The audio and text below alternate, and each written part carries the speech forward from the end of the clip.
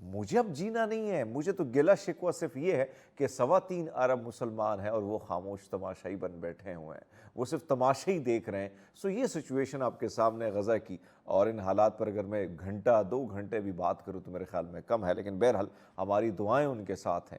ہم صرف دعائی کر سکتے ہیں کہ اللہ تعالیٰ ان کے یہ جو مشکلیں ہیں ان میں آسانیاں پیدا کرے، اور وہ جو آزادی کا سورج اور یعنی آزاد ریاست کا خواب جو انہوں نے دیکھا ہے، اللہ تعالیٰ کرے کہ ان کا وہ یہ خواب پورا ہو۔ دوستو، عموماً ہماری کوشش ہوتی ہے کہ آپ سب کے لیے کوئی ڈیفرنٹ سٹوریز لے کے آئیں، اور ڈیفرنٹ سٹوری میں مختلف دنیا سے چیزیں آپ کو لے کے آئیں، تو آپ کو دیتے ہیں ایک خوبصورت سا ڈیلی ڈوز، جو ہمارا سچ ڈوز ہوتا ہے۔ آج کی سٹوری تھوڑی سی مختلف ہے، اور خاص کر اگر ہم بات کریں تو انسان آج کل چرند پرند جو ہے وہ بھی کسی کے مال پر اٹیک کرنے کے لیے تیار ہے۔ اب جو ہمارے پاس وہ سٹوری آئی ہے وہ پرندے کی ہے، اور یہ عادی چور پرندہ ہے، بھئی عادی چور پرندہ جو عادت سے بڑا مجبور ہے۔ اس نے دکاندار کی ناک میں دم کر رکھا ہے۔ انگلینڈ میں ایک سیگل منی سٹور سے چپس کا ایک پیکٹ چوری کرتے ہوئے ریکارڈ کی گئی جس ویڈیو میں، جو اس وقت انٹرنیٹ پہ اگر آپ دیکھیں تو ہم بھی آپ کو دکھا دیتے ہیں کہ اس وقت اگر آپ دیکھیں تو اس پرندے کو جس طریقے سے یہ وائرل ہے، سوشل میڈیا پہ بڑا زیادہ وائرل ہے، اور اس میں آپ دیکھ سکتے ہیں کہ یہ پرندہ جو ہے، ڈورسیٹ میں موجود سٹور کے عملے نے بتایا کہ یہ پرندہ جو ہے یہ ہالی ووڈ اداکار سے منسوب سٹیون سیگل کا اس کو نام دیا گیا ہے، اور تقریباً 6 سال سے چپس کے تھیلے چوری کرنے کے لیے اندر گھس رہا ہوتا ہے۔ اور منیجر سٹور ہارمر نے بی بی سی کو بتایا کہ مجھے اس سیگل کی وجہ سے سٹاک میں کافی نقصان ہو چکا ہے۔ اکثر لوگ سمجھتے ہیں کہ یہ مذاق ہے، لیکن یہ حقیقت ہے، اور آپ دیکھیں کہ باقاعدہ اس کی ریکارڈنگ ہو چکی ہے اور وہ چپس کا پیکٹ لے کے چلا جا رہا ہے۔ لیکن یہ بھی بڑی بات ہے کہ دکاندار اس کو روک نہیں رہا ہے، بلکہ 6 سال سے یہ جو چور ہے، یہ بہت بڑا چور ہے۔ ہمارے ملک میں تو بڑے بڑے چور پھرتے رہتے ہیں، بیماریاں بھی ہو جاتی، پھر بھی علاج کر کے واپس بھی آ جاتے ہیں، لیکن اس چور کو اگر آپ دیکھیں اس کو بالکل پروٹوکول دیا جا رہا ہے، جس طریقے سے یہاں پہ دیا جاتا ہے پروٹوکول۔ سو آپ اندازہ لگا لیں کہ بھئی وہ پرندہ جو ہے یہ عادی ہو چکا ہے، اور یہ ریگولر چپس کے پیکٹس جو ہے یہ اٹھا کے پھر کون سے ٹھکانے پہ یہ جاتا ہے یہ نہیں معلوم، لیکن دکاندار جو ہے وہ شدید پریشان ہے۔ دوسرے دن آپ کو لے کے جاتے ہیں امریکہ کے ساحل پر، ہزاروں بھمریوں کی یلغار ہوئی ہے، اور یہ یلغار کس وقت ہوئی ہے بتاتے ہیں سٹوری میں آپ کو۔ ویسٹلی کے میسکا میکٹ بیچ پر تفریح منانے کے لیے آئے شہریوں نے اس لمحے کی ویڈیو ریکارڈ کی جب ہزاروں بھمریاں اچانک نمودار ہو گئیں۔ مارک سٹیکنی نامی شہری جس نے اس موقع کی فوٹیج فیس بک پر جو ہے وہ وائرل کر دی، اس نے مقامی ٹیلی ویژن کو بتایا کہ اس نے صبح 11 بجے پہنچنے کے فوراً بعد ہر طرف بھمریوں کا مشاہدہ کیا۔ اینی شاہدین نے بتایا کہ بھمریاں لہروں کی شکل میں نمودار ہوئیں، جس میں سب سے بڑی جو بھیڑ دوپہر کے وقت یہ، اور مجھے یاد ہے کہ ہم جب چھوٹے ہوتے تھے نا، یہ بھمریاں جو ہیں ان کو اڑانا، یعنی ان کے ساتھ کھیلنے کا مزہ ہی کچھ اور ہوتا تھا، کیونکہ ہمارے گاؤں میں اس قسم کی بھمری بہت زیادہ ہوتی تھی، اور میں کیا کرتا تھا، پکڑ کے دھاگا جو ہے اس کی دم کے ساتھ باندھ کر پھر یہ اڑتی تھی، اور ہم اس کو اپنی طرف بچپنا ہوتا ہے، لیکن بہرحال آپ دیکھیں کہ پورے کے پورے سمندر میں جو بھیڑ اکٹھی ہے اس سے آپ اندازہ لگا سکتے ہیں کہ بھائی صاحب بڑے مزے کا یہ سین ہے، اور یقیناً بہت سارے لوگ گھبرا بھی جاتے ہیں، اور رنگ برنگی اس میں بڑی خوبصورتی ہوتی ہے، اس میں بہت ڈفرینٹ کلر ہوتے ہیں، یلو، گرین، ریڈ، بلیک، اور اس میں سے ایک اگر میں ایک بھمری کی بات کروں، ایک جو ہیڈ ہوتا ہے ان کا، ہیڈ آف ڈپارٹمنٹ ہوتا ہے، وہ تھوڑا سا اس کا سر تھوڑا سا بڑا ہوتا ہے، مجھے اتنا پتہ ہے، دیکھ لیجئے پھر۔ اب بات کرتے ہیں سکیٹنگ کے حوالے سے، تو آپ نے دیکھا ہوگا کہ سکیٹنگ بہت سارے نوجوان کرتے، خواتین کرتے دکھائی دیتی ہیں۔ F9 پارک کی طرف آپ جاتے ہیں تو وہاں پہ بھی ہم دیکھتے ہیں کہ خواتین، بچے، جو نوجوان ہیں وہ ہمیں کرتے نظر آتے ہیں، لیکن یہ جو سکیٹنگ ہم آپ کو دکھاتے تھے یہ ہاتھوں کے بل ہے بھائی صاحب۔ کینیا سیسر کی اگر بات کی جائے، ایک سابق پیرا اولمپک ٹریک ایتھلیٹ اور سکیٹ بورڈر ہیں جنہوں نے لاس اینجلس میں چیلنج اپنایا ہے، اور سکیٹ بورڈ پر سب سے طویل جو ہے ہینڈ سٹینڈ کا کامیابی سے اپنا ریکارڈ جو ہے وہ بنایا ہوا ہے، اور ویسے تو تصویروں میں مجھے لگا کہ کوئی خاتون ہے، لیکن نہیں بھائی صاحب وہ نوجوان ہے۔ اور کینیا جو تھائی لینڈ میں پیدا ہوئی ہیں، یہ اچھا یہ میرے خیال میں تھوڑا سا میں کنفیوز ہو رہا ہوں، ہے تو لگ خاتون رہی ہے اور تھوڑی سی مکسچر آ رہا ہے یہاں پہ، اور اس کی عمر تقریباً 5 سال کی عمر میں گود لے جانے کے بعد امریکہ آئیں۔ اچھا یہ خاتون ہے بھائی صاحب، انہوں نے گینیز ورلڈ بک ریکارڈ جو ہے وہ بنایا ہے، اور ریکارڈ قائم کرنا ان کا کہنا ہے کہ میری زندگی کو بدلنے والے لمحات میں سے ایک ہے۔ انہوں نے کہا کہ دوسرے کے لیے تاریخ بنانا میرے لیے بہت ناقابل یقین ہے، میں نے آنے والی نسلوں کے لیے موجودہ نسل پر مثبت اثرات ڈالے۔ اب آپ دیکھیں نا کہ عموماً اس قسم کے ان کی جو لک ہے، کیونکہ میں اس قسم کی لک کے ساتھ بڑا عادی رہا ہوں، اور زیادہ تر ان کے نوجوان بھی اسی لک میں نظر آتے ہیں، زیادہ تر ان کے لمبے بال ہوتے ہیں، چہرہ بھی اسی طرح، ناک چفڑی سی ناک ہوتی ہے۔